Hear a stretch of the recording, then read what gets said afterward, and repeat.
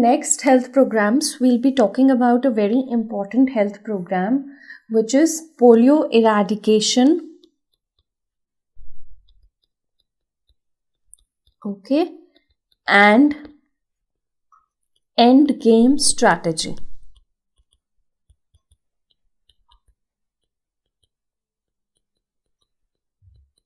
Alright, so we'll be discussing about polio eradication and end game strategy. This again comes as a university question for 10 marks or 6 marks, and definitely MCQs are also formed from this topic. First, we'll discuss about polio eradication and end game strategy, overall what is being done, and we will then focus particularly about certain points from India. Alright, okay, so before we go into this, a quick revision of types of polio virus. Okay, we all know there are 3 types of wild polio virus, right? Okay, so they are type 1, type 2 and type 3. Okay, and the other type of polio virus is oral poliovirus related. Okay, oral poliovirus related VAPP and VDPV. Okay, types of poliovirus, what all could be? One is, of course, the three strains of wild poliovirus, which is type 1, 2 and 3, and one is the other form is the vaccine associated oral poliovirus. Okay, so that is vaccine associated paralytic polio and vaccine derived poliovirus. Now you will understand why I am giving you these, why we're discussing these types of poliovirus. Okay, so while we all know, let us quickly discuss about VAPP. Okay, VAPP is vaccine associated paralytic polio. Okay, what happens in this? I'll quickly write it down for you. The vaccine virus, okay, acquires, okay, neurovirulence, okay, and causes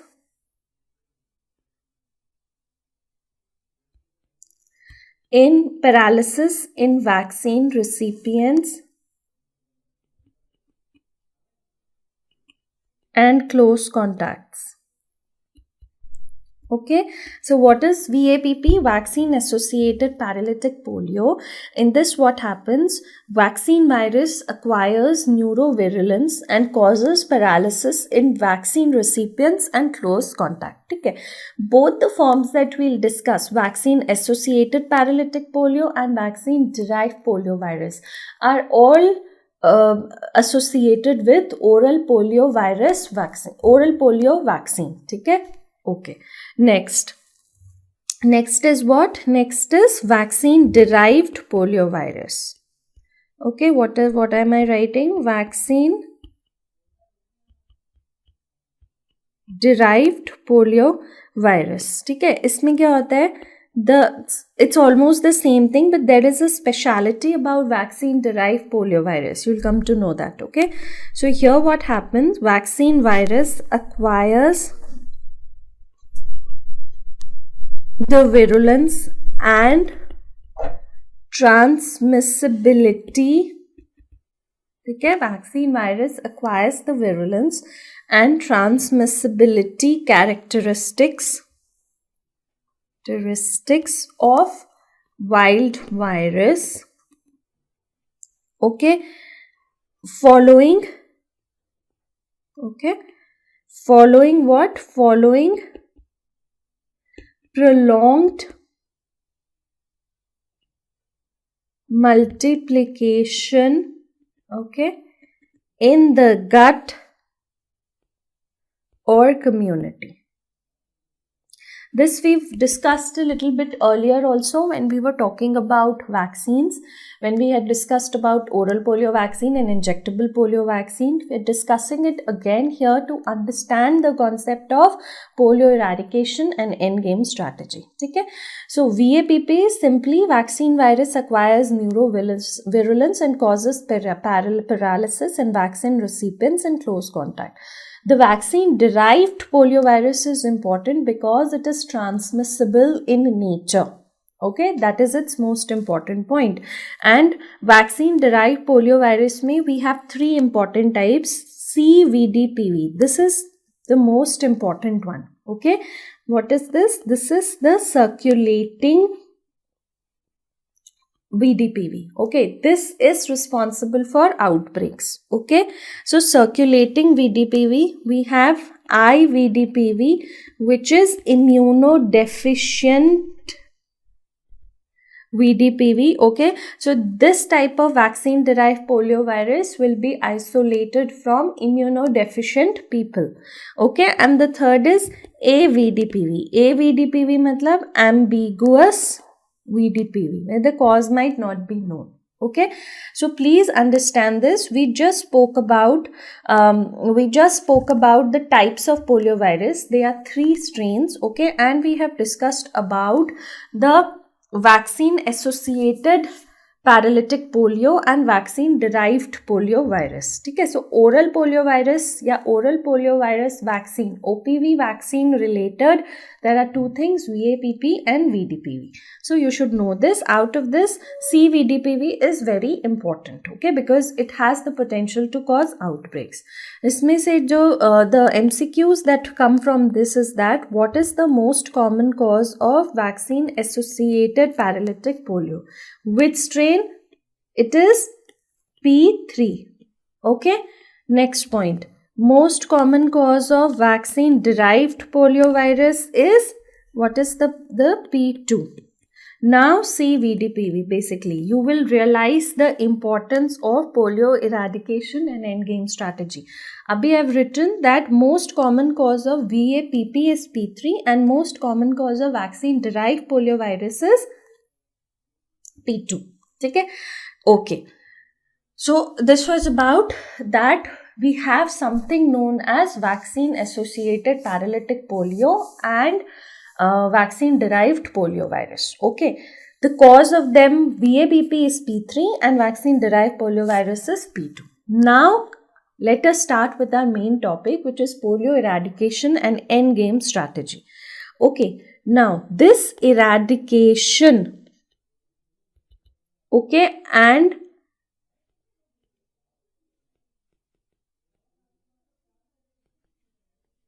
okay, this eradication and endgame strategy, we refer to managing both the wild poliovirus and the vaccine derived poliovirus. Okay, please remember this.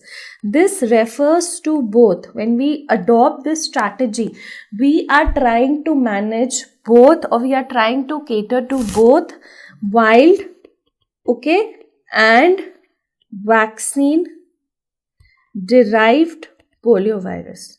Okay, when we adopt this strategy, we refer to both wild, okay, we refer to both wild and vaccine derived poliovirus. This is very important. Okay, when we talk about eradication per se, okay, eradication per se deals with managing the wild virus. Okay, and next is what? Next is end game. Okay, end game refers to, okay, end game refers to the management of both VDPV, vaccine derived poliovirus, and vaccine associated paralytic polio. Now do you get the importance why we discussed about the types of poliovirus before coming to this eradication and endgame strategy? Because eradication and endgame strategy, if you take it together, they refer to both wild and vaccine derived poliovirus. Eradication per se is a term used to which is referred to manage wild poliovirus, and endgame refers to management of VDPV and VAPP. Okay, now I'll show you a picture which is very important. Here is the picture. See, this is the polio end game strategy. Okay, so for this we have a few end game objectives. Like, what are our objectives that we have set? You need to detect and interrupt the virus. Okay, you need to do what? Routine immunization strengthening and OPV withdrawal. We will be discussing about this OPV withdrawal. Okay, then we have containment and certification. Okay, you contain the disease and you get the certificate of either elimination or polio free, and legacy planning. Okay, so this was supposed to run from 2013 to 2018. The first point is virus in detection and interruption. How will you do it? You need to, if we detect a virus, it will become like an outbreak. So we need to take quick outbreak response. Okay, routine immunization strengthening and OPV withdrawal में क्या होता है? Simple routine immunization strengthening करो under the national health program, under the national immunization program, when OPV is supposed to be given 6, 10 and 14 weeks. Okay, so all that need to be there. We need to assure that that's being done. We need to assure that children are being vaccinated on pulse polio days, or pulse polio immunization days also. Okay, then IPV introduction, switch to bivalent OPV, withdraw OPV. We'll be dealing with this. What is this switch? What is this switch from trivalent OPV to bivalent OPV, and introduction of IPV? Containment and certification is that finalize the long-term containment plans, contain poliovirus and get the certificate of interruption of transmission. And legacy planning is mainstream polio function, infrastructure and learning. Maintain them. Okay, so now let us quickly see those individual points and details. Okay, so when we come to the objectives of end game strategy. Okay, what are the objectives of end game strategy? So the first one is, I told you, detection. I'm just putting it down for you so that if you get a short note, you'll be able to answer. Detection and interruption of all poliovirus transmission. If we hear about any case of poliovirus, immediate response has to be taken and outbreak management has to be enforced. Okay, so detection and interruption of all poliovirus transmission. Okay, second क्या है? Strengthen immunization systems. Okay, we need to strengthen our immunization systems. Okay, for that what will we do? We will introduce, okay, we are introducing IPV and withdraw of oral polio vaccine. Why are we withdrawing this OPV? Why are we introducing IPV? We will be discussing in detail when we talk about the switch. We have also discussed about it in our lecture of vaccines when we were talking about oral polio vaccine and injectable polio vaccine. Okay? So strengthen immunization systems, introduce IPV and withdraw OPV. Okay? The third one is containment and certification. Okay, and the fourth one is plan polio legacy, the futuristic plannings. Okay, so when we talk about the first one, just quickly I'll put down the points for you. Okay, when we talk about the first one is polio detection. Detect quickly as soon as there is an outbreak, detect it and interrupt it. So polio detection and interruption. Okay, so what will be the smaller headings for this?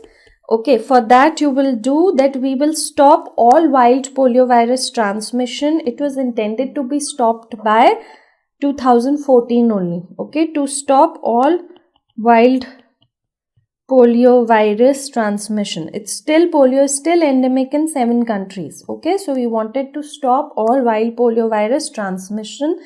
And we wanted to strengthen the global surveillance. This is very important. Okay, you need to strengthen the global surveillance. All right. Next, what was the point? The next was the strengthening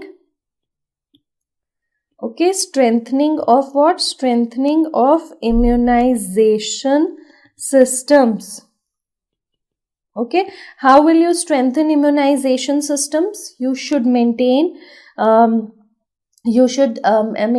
routine immunization. Okay, maintain your routine immunization, maintain appropriate